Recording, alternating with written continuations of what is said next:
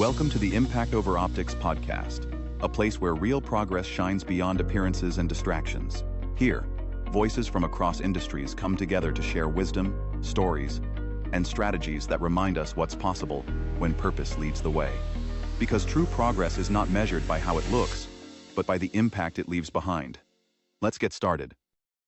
Welcome to Impact Over Optics, a podcast where we go beyond appearances and focus on what really moves the needle: authentic leadership, purposeful results, and lasting impact. I'm your host, Jon Detweiler, and today I'm joined by Jon Johnson. Known by many as JJ, he brings nearly 4 decades of experience in the fire service and fire protection industry. With a career built on service, leadership, and a deep commitment to developing others, he currently serves as a captain and training officer for Red Hill Fire Company and as the director of engineering and standards at Comprehensive Fire Technologies, where he continues to shape the future of fire protection through education, standards, and mentorship. JJ's background spans from the front lines of the fire service, where he served in numerous operational and educational roles, to highly respected roles in fire protection design, training, and national level instruction. He has contributed to organizations like the American Fire Sprinkler Association, Texas A&M Engineering Extension Service, National Fire Protection Association, and the Pennsylvania State Fire Academy, helping to educate and influence generations of fire service and fire protection professionals. JJ is known for his authenticity and no-nonsense approach. He leads with the kind of credibility that can only be earned through experience, where trust is built over time and leadership is defined by how you show up for others. His perspective is grounded in real-world application, reminding us that true impact isn't about titles or recognition. It's about service, consistency, and the people that you develop along the way. JJ, I really appreciate you joining us today. This is fun because this is different for us. We don't typically go out and do these on site. So today I get the opportunity to be with you in your element, right? In your firehouse. It's really cool to be here. So huge shout out to Red Hill Fire Company for allowing us the time and space to be here. The best backgrounds you could possibly have. So our theme this month is friendship is an act of self-care. It's focusing on sort of a greater thematic arch that we're going through over 3 months that really focuses on relationships. And we sort of started with work, authentic connections in work.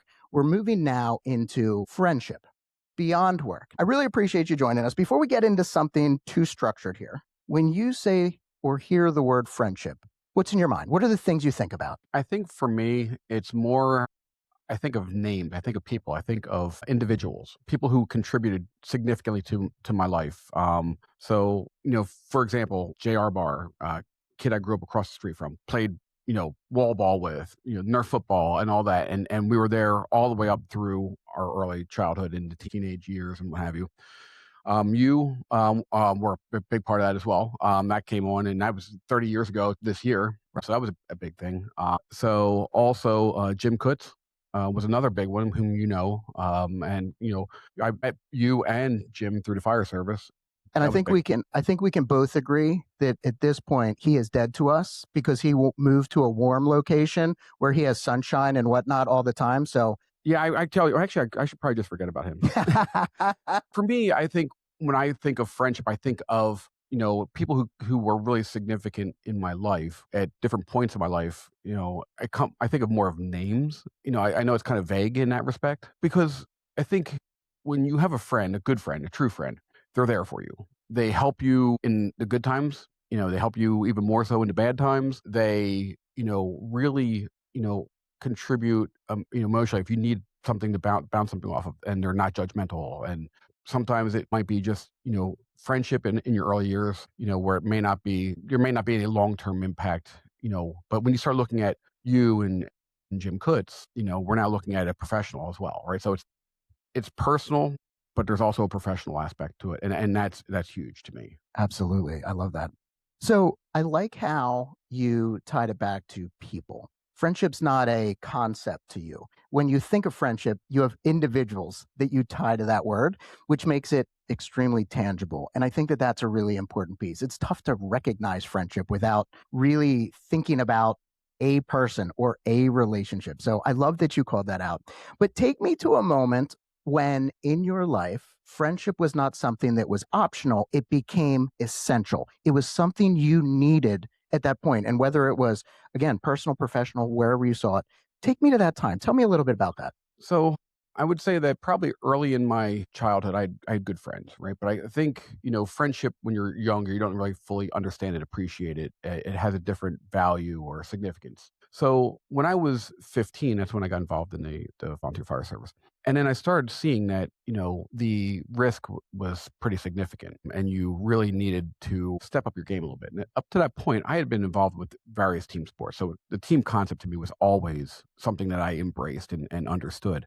But when I got involved with the volunteer fire service, it now had a different meaning, right? Because there was, consequences were life and death at times, right? So for me, I wanted to be a part of it. I wanted to be, really a good member or contributor. And as you do that, and people see that you're committed and that you're really buying into the team concept, friendships friendships develop at that point, right? So, and these are good, solid friendship people that, again, it's life or death. If you're jammed up and something bad happens, you can rely on them and they can rely on you. So to me, that's where it started. Probably when I was 15, 16, 17, that's where I think I really started seeing or feeling a change in what friendship meant to me. So I think at that point, then it helped me with other friendships, both in and out of emergency services. Okay. I love that. So that's a great transition into sort of, I think of pressure testing, right? Like when we want to break something, we push it hard. You operate in an environment where there is pressure and the consequences are real. Again, you don't necessarily sit behind a desk and push pencils. You operate in the currency of life and death. So you're used to pressure, but talk to me about pressure in the context of how does that change relationships? How does that change friendships? Have you seen a spot where pressure has been the sort of impetus which changed, deepened, maybe even broke, but more so a relationship that got deeper because of pressure? How does that look? I guess, when you're looking for something deeper, when you want that deeper friendship, trust is probably a foundational component of that. And I think when you can trust someone and they can trust you, there's a much stronger bond. And, it may not be on the fire ground, but it might be in the personal life. So you can talk to them about things that are going good or bad in your personal life. If at 2:00 in the morning, something is going sideways, can you call them up and will they be there for you? Not every friendship is going to be like that. And I think when there's a trust, that friendship it just gets better and continues to grow. It doesn't stop. It seems like it always continues to mature. I love that. You said it's the kind of person you can call at 2:00 in the morning. And I think for most people, we work 9 to 5 jobs. We sort of operate in a daytime environment and nighttime is when we sleep. 2:00 in the morning is a normal time for you to be working. It's a normal time for Sure. you to pick up the phone and be like, hey, John, I need something or whatnot. So it makes it a little bit different. But let's transition into sort of the evolution. You had mentioned the phrase maturing in friendship. Our early days 30 years ago was you and I, we would hang out with some girls at the ground round or we would go out together. Was companionship. Over time, that has transitioned into something much different. We're dudes and I'm secure enough with my dudeness so I can say this. We've laughed together. We have cried together. We've mourned. We've celebrated. We've done a lot of things. When you think about friendship sort of making that transition, what does that look like? How does that happen? I know you talked a little bit about trust being what pushes and drives that. Do you recognize when it transitions from that companionship to something deeper? Not always, not always. And there are times where I try and take a pause and kind of reflect and maybe look in the mirror and kind of really evaluate and analyze and scrutinize kind of what's going on in your life. So I got to be honest. I mean, you don't always recognize it maybe right away, but maybe you start realizing it at certain periods and times of reflection. And then, maybe there are instances or situations that it becomes clearly obvious and you're like, okay, I'm really lucky to have this person in my life. And, this person really came through for me when I was in a jam. And, I think of you because, one of the things is like you were always just a phone call away. I moved to Rhode Island, I moved to Michigan. I was hours away. And, when I had issues about something, I could always call you up. And that to me was something that over time, you start to reflect on that and you start to really appreciate it more. And I've tried to get better as I matured because, as you mentioned, 30 years ago, I think we kind of thought of ourselves as bulletproof, and we kind of burnt the candle at both ends, and we lived hard, right? And it's not necessarily a bad thing. You kind of got that out of your system, but it kind of set the groundwork and allowed you to kind of start moving into other things. You got that out of your system. Now let's talk about having a more matured friendship, and we're doing things now that are a little more slower pace, but no less fun and no less deep. Yeah. And again, I think it's one of the things that I appreciate about our relationship as much as I do. We do a lot of things, right? Whether we're going to the mountains, going to concerts, hanging out in a firehouse, teaching together. We do a lot of things together. You had mentioned about your friend when you were young across the street, you played together. One of the things that I think we have lost as we mature is that concept of play, right? So talk to me a little bit more about play. Do we're in our 50s. Do we play? Does friendship still have a key component of play in it? And if not, should it? But what does it look like to you? Yeah, no, it's a great question. And play has changed dramatically over the years. All right. We're not out, at a bar and having drinks and stuff like that, or going and doing pub crawls and all that kind of stuff. Right. So, because they were some fun times, but at some point we kind of recognized that we're no longer bulletproof, and we're no longer, maybe able to stay up quite so late or pull all nighters or what have you. And so to me, play has changed dramatically in terms of maybe what we do, but it hasn't lost its value. It hasn't lost its purpose. And every time we go to the mountains, or every time we go out and do something, or even something as simple as going out to dinner and having drinks, and just kind of talking and having a great conversation, for me, that is fun. That is something that I value, if not maybe more than all the other things we've done before, because we have the ability to connect, and we're now exchanging what's going on in our lives, and talking about things that may seem inconsequential, but they're still important because it's what we're experiencing on a day-to-day life, and what's going on. And so for me, play has changed, but the value has probably gotten more valuable. So you used a word that I want to pull on a little bit and dig a little deeper into. You used the word exchange. We exchange whatever it is, whether it's support, play. It would suggest that there is a sort of equitable give and take, right? How important is that to the maturing process of the friendship? Like, what does that piece play? If the exchange is unilateral and it's only one person who is giving versus an exchange that definitely has two-way connection, how does that make a maturing friendship look different? Okay, I think for me, I think a friendship can be 50-50 sometimes, but chances are it's not always going to be 50-50. It swings in both directions, right? So one day I may give 70-30, but then next day it might swing in the opposite direction. And I think if you're involved with a good friendship, a solid friendship, a friendship where you understand each other, every day is not going to be 50-50.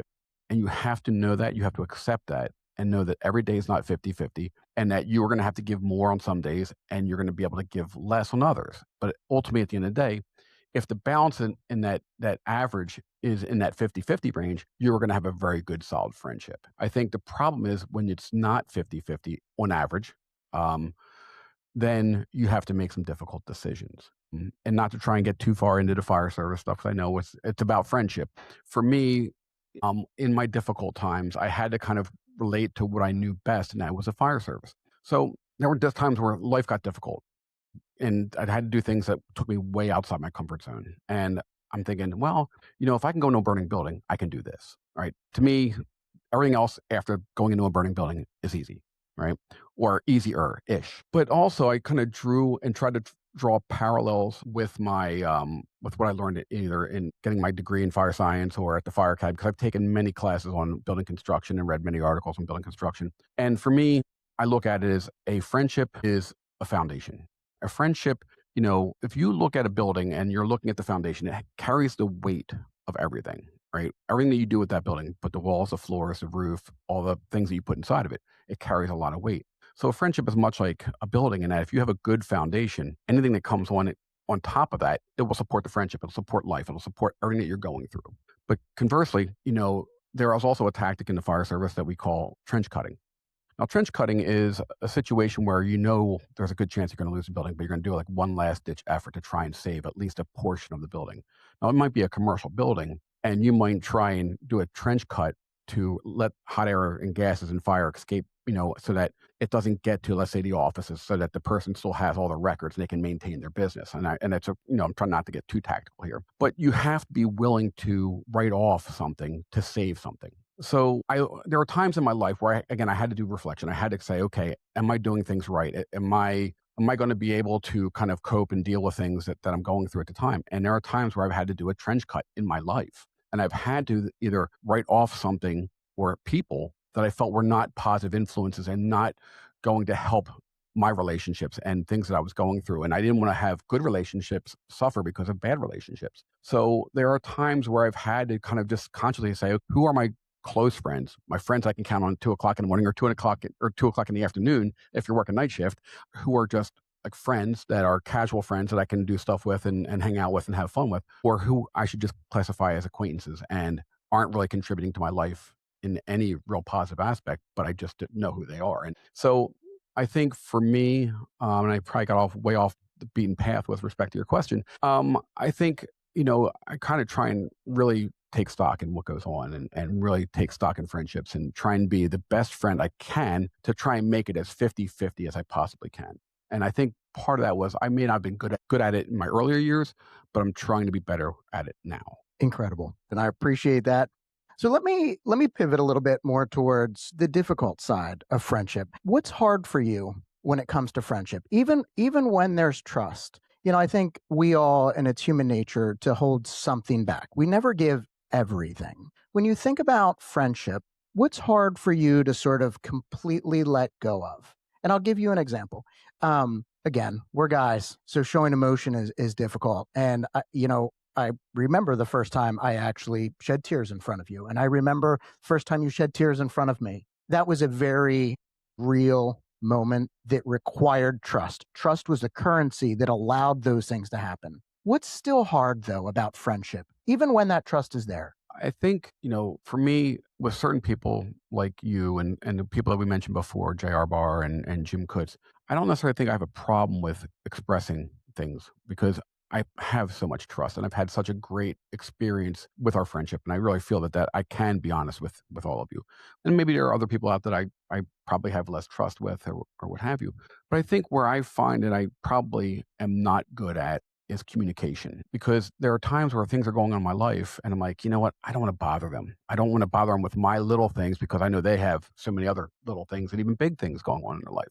So I think for me, I need to get better at letting people into my life and letting them see the small things, the things that I see as inconsequential and of not a lot of significance or value, just so that they understand where my life is going. And it's not easy because I'm not one to really pick up the phone a lot, and I need to get better at that, because really at the end of the day, for me to actually have a good friendship, that's sharing everything or nearly everything. And I need to get better at my communication. My communication skills at times are not good, and I need to improve upon that. Okay. That's fair. And I really appreciate that transparency. Like it's not easy to sort of do that whole self-reflection piece when you're looking back and you're saying, what is it about this that I need to do better? So I appreciate you sharing that. So if somebody's listening today and really struggling with a friendship, they want to be better at it, what's a good piece of advice you can give them this week to start working on that? Well, one, communication. I know we just spoke about that. Yeah. But to me, communication is imperative. If you don't have good communication, then that friendship, it can falter. It can have gaps, and you need to try and fill those gaps with positive communication. I think patience. As you know, years ago, I was not good at patience. I really was somebody who I think just did things on a whim, or kind of had a little bit of a hot streak to me, I guess you could say. I don't want to say mean streak, because I'm not sure I would say I'm mean, but I at times I would just say that I kind of ran a little on the higher RPMs. I ran a little hot, and I needed to work on my patience. And I'm trying to be better now at being patient, because if you're patient and people see that you're patient, they're more likely to open up to you. They're more likely to communicate with you, and you'll be a better listener. Because I think one thing is I probably wasn't as good at listening as I should have been or could have been, and I'm trying to become a better listener. And so I think for me, communication, patience, and just trying to be a better listener, because it's not about me all the time. It's about us. It's about the friendship. It's about making sure that no matter what happens, the friendship survives. I mean, I moved out of state. You're potentially moving out of state in the future. And communication is going to be that much more important, because I think I don't want to risk losing the friendship. So I have to find a way to make the friendship work. And I think if people can just try and find ways to make that friendship work, it's going to survive regardless of what's happening. But if you can communicate and have that patience, I think it takes care of a lot.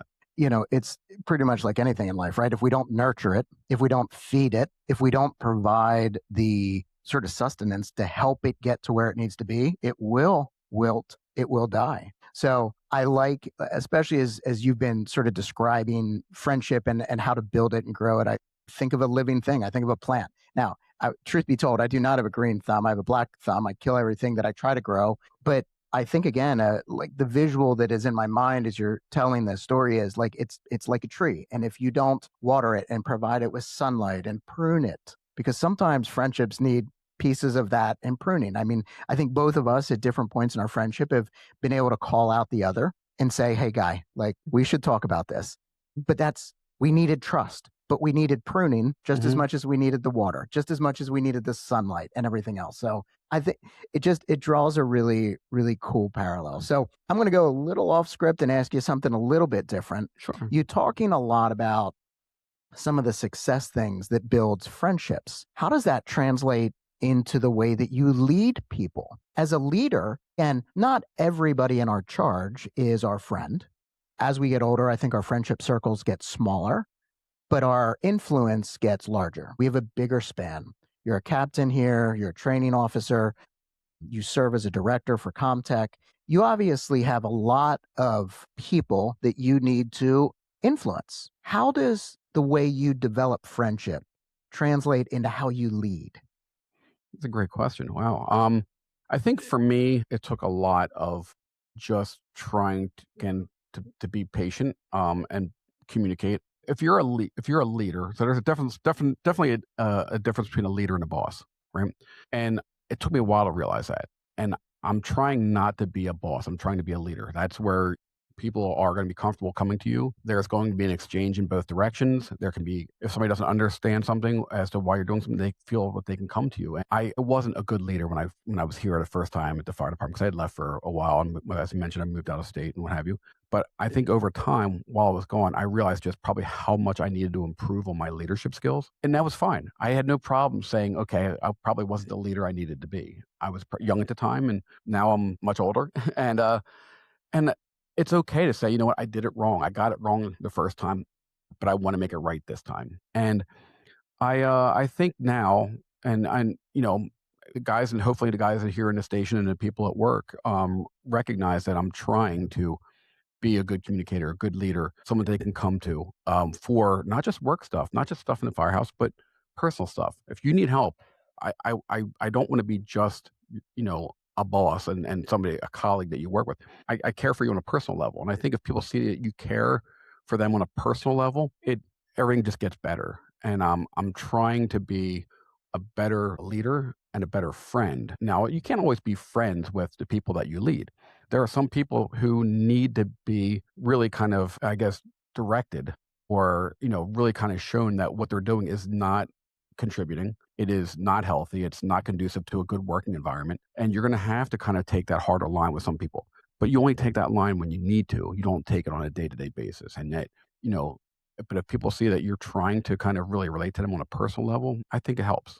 And again, I'm not afraid to say I made a mistake and try and make better on it and make good on it. I think that picture that you just sort of painted, as especially as a leader, caring for the people that are in your charge on a personal level, is such a powerful piece. We're going to talk about leadership and different leadership styles in the coming months as we move forward. But that is such a wonderful illustration of how to be an authentic and true leader when you truly care about people personally. And I love that you pointed out that it doesn't have to be every day. It doesn't have to be every day that you bring the hammer, right? Sometimes you need it. Sometimes you don't. use it judiciously and sort of where you need to. But not every day needs a sledgehammer. Sometimes it's just a tack hammer, right? Sometimes it's no hammer at all, right? And it's up to you as a leader to kind of know, do I need to bring any emphasis or can I get by without it? And one of the things I told the guys here at the firehouse, because I just became captain again, this is a title I held 30 years ago, and I just became captain again. And, one of the things I told my guys here was, take my job. I want you to take my job. If I put you in a position that you can take my job and people have enough confidence in you to take that job, then I've done my job right. So it's up to us as a leader to prepare people, have them, develop them, to grow them, to nurture them so that they really can move to the next level. And if they take my job, I'm all right with that. And I think people need to understand it. Sometimes you just need to say, okay, you know what? My job is to not have a job. Again, I've had the opportunity to learn under you. I've taken classes that you've taught. I've taught with you and I have taught for you. One of the things I love about that, again, is you're using everything you're doing is teaching. And I love that. And you're saying the next generation, we're teaching them, take our jobs. Every day as leaders, we should be thinking about succession. Who are we training to replace us? I don't want to knock on wood when I say this, but like I could get hit by a bus tomorrow and somebody needs to be ready to step up and do that. Again, I love how you sort of showed how it's not just about hanging out. It's not just about playing. It's sometimes about teaching and encouraging and being personal. But as we wrap up here, what's the one take home that you want the listeners to hear? What's the one big thing that, when they walk away from this, you want them to understand? Friendships are invaluable. You need to have a certain few people that you can rely on, you can count on as a friend, because things are going to get difficult at some point in your life. Things are going to get tough. And you need people that you can confide in and you can go to. And you don't, sometimes your best friends, it's not a big number. If you have a big number of best friends, then you probably may not be really looking at it in the right way. But I have a couple really good friends who I feel I can confide in. And I think that if I need help, I can go to them. So I think find those friendships and, build that foundation so that, you actually have the confidence to go through life knowing that you have somebody you can lean on. If you don't have that confidence that you can go back and lean on somebody in the dark days, then maybe we're not doing it right. And so build those friendships, but you also have to put that time in too. It can't be just one directional, single directional. It has to be both ways. So make sure you're putting your effort in to those relationships, to those friendships, because I wasn't always great at that. And I think I'm trying to get better at it now. And to me, I'm always developing it. I'm always working on it. I'm always trying to be a better person, a better friend. So put the time in, because you're going to be able to reap the rewards in the long run. Yeah, I can't tell you how much I appreciate this. It's one of my closest friends for the past 30 years. This has been incredibly special for me. Thank you. I'm looking forward to going through this and watching this a lot. Thank you for the opportunity. I really do appreciate it. I was very pleasantly surprised that you came to me to be on the podcast. Thank you. My guy, if we're doing a talk on friendship, you're definitely going to be on my list of people. So again, my name's Jon Detweiler. Click that link to like and follow us if you would. That'll receive heads up as when we're releasing new episodes. And remember, authentic change always outlasts appearance. Until next time, lead with purpose and leave a real mark. Thanks again for joining us on the Impact Over Optics podcast. We hope today's insights sparked fresh ideas and reminded you of the power of purpose-driven work. Please share this episode with others who believe in real change, and join us again as we continue to look beyond appearances and focus on the impact that truly lasts.